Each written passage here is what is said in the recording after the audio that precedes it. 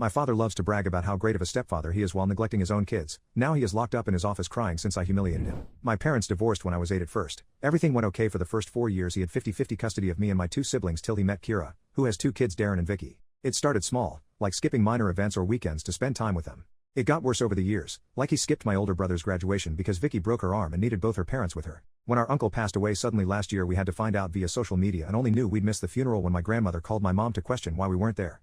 That ruined my father's relationship with both his family and my older brothers, who haven't spoken to him since. Now here's something you have to know about my father. He loves to brag about how great of a stepfather he is and how much he's helping his stepchildren overcome the heartbreak they face due to their deadbeat dad, even though he went from 50-50 custody of me to 2 weekends a month if I'm lucky. Here's where I might be the a-hole. Last week I was invited out to dinner with dad and his family to celebrate a family friend's birthday. I suspect dad only brought me because I'm friends with the daughter of said family friend.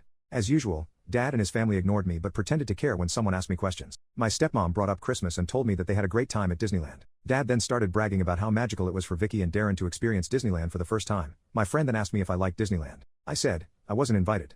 Honestly, I didn't know they went till I saw it on social media. It's how I mostly find out about their family trips. My dad and stepmom started making excuses, but I talked over them and said, yeah, my dad loves to brag about treating someone else's kids so well by neglecting his own. By the way, Dad, when was the last time you've spoken to one of your sons? My dad then asked me what I was trying to make out.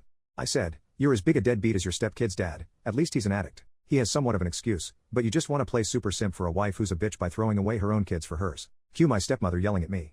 My friend's mom told her to calm down, which made my stepmother go red-faced. I then told everyone how my stepmom treated us like we were unwanted pets whenever we were there and how her kids loved to smugly rub it in how our dad chose them. My dad got up to leave and said we'd speak about this when we got home.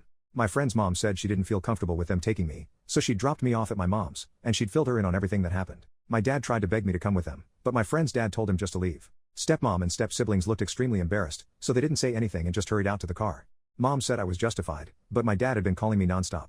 Stepmom came to our house tonight demanding I make it right because my dad has been locked up in his office crying since that night and my dad's side has been harassing her. Mom told her to tell the judge and then slammed the door in her face. I think I went overboard since social reputations mean a lot where we live.